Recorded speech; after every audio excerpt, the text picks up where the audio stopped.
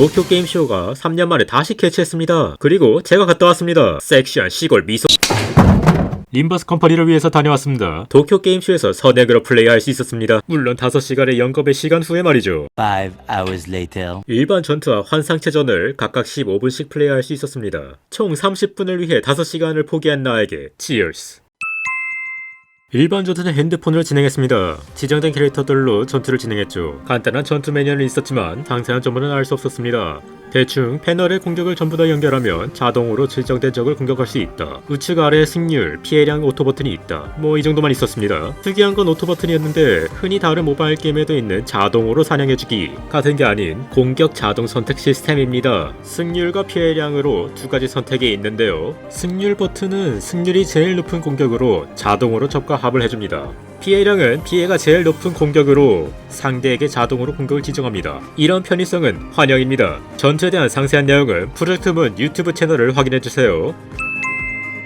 환상체전은 일반 전투와 다르게 환상체의 부위와 합을 할 수 있습니다. 부위 파괴 또한 존재하는 걸로 보입니다. 부위별로 공략해야 하는 게 뭔가 몬스터 헌터 같죠? 환상체전을 어느 정도 진행하면 이벤트가 등장합니다. 이벤트에서는 마치 TRPG처럼 특정 속성의 판정을 요구합니다. 현재 전투에 참여한 수감자 중에 한 명을 골라 이벤트 판정을 하게 됩니다. 마치 대학교 조별과제 짬처리 같죠? 판정에 성공하면 전투가 유리해지지만 실패하게 되면 페널티를 받는 모양입니다. 이 판정이라는 시스템에 대해 어떤 캐릭터가 유리하고 불리한지 자세히 알 방법은 없었지만 한 가지 추측할 수 있었습니다.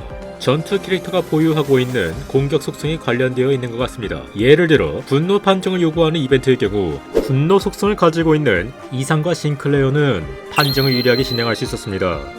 그럼 분노 속성의 공격이 없는 캐릭은요? 어떻게 되긴요? 판정으로 선택을 할 수 있지만 성공률은 조상님에게 도움을 받아야 하죠.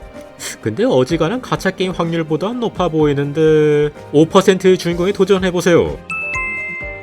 인격, 즉 가챠 캐릭터에 대한 정보는 많이 없었습니다.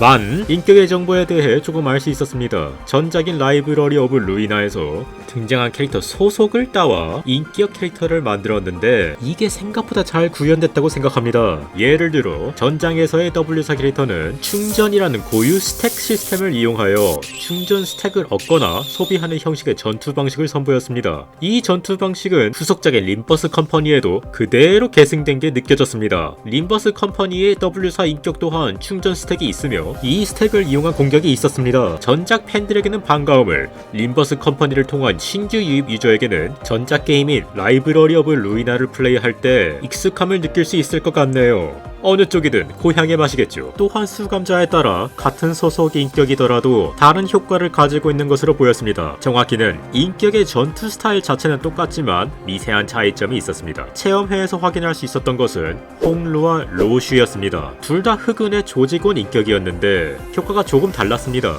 홍루의 경우 패시브 스킬이 흑은도로 연결한 스킬 중 마지막 스킬의 마지막 코인으로 공격할 때 세격의 공명수만큼 출혈을 부여합니다. 이것으로 홍루는 치명적인 매력을 가진 세격 속성 출혈 캐릭터라는 걸 알 수 있죠. 반면 로슈의 경우 패시브 스킬이 흑은기이고 받는 공격 피해 50% 증가, 가하는 공격 피해 50% 증가로 빠꾸 없는 버서커인 걸 알 수 있죠. 이렇듯 홍루는 출혈 부여에 집중하고 로슈는 공격이 데미지에 좀 더 치중된 캐릭터인 걸 알 수 있습니다. 하지만 흑은에는 기본적으로 출혈 상태 이상을 주력으로 사용하는 조직으로 어느 캐릭터건 출혈 관련된 효과가 있었습니다. 이와 같이 12명의 수감자가 같은 조직이면서도 다른 특징이 있는 것 같네요.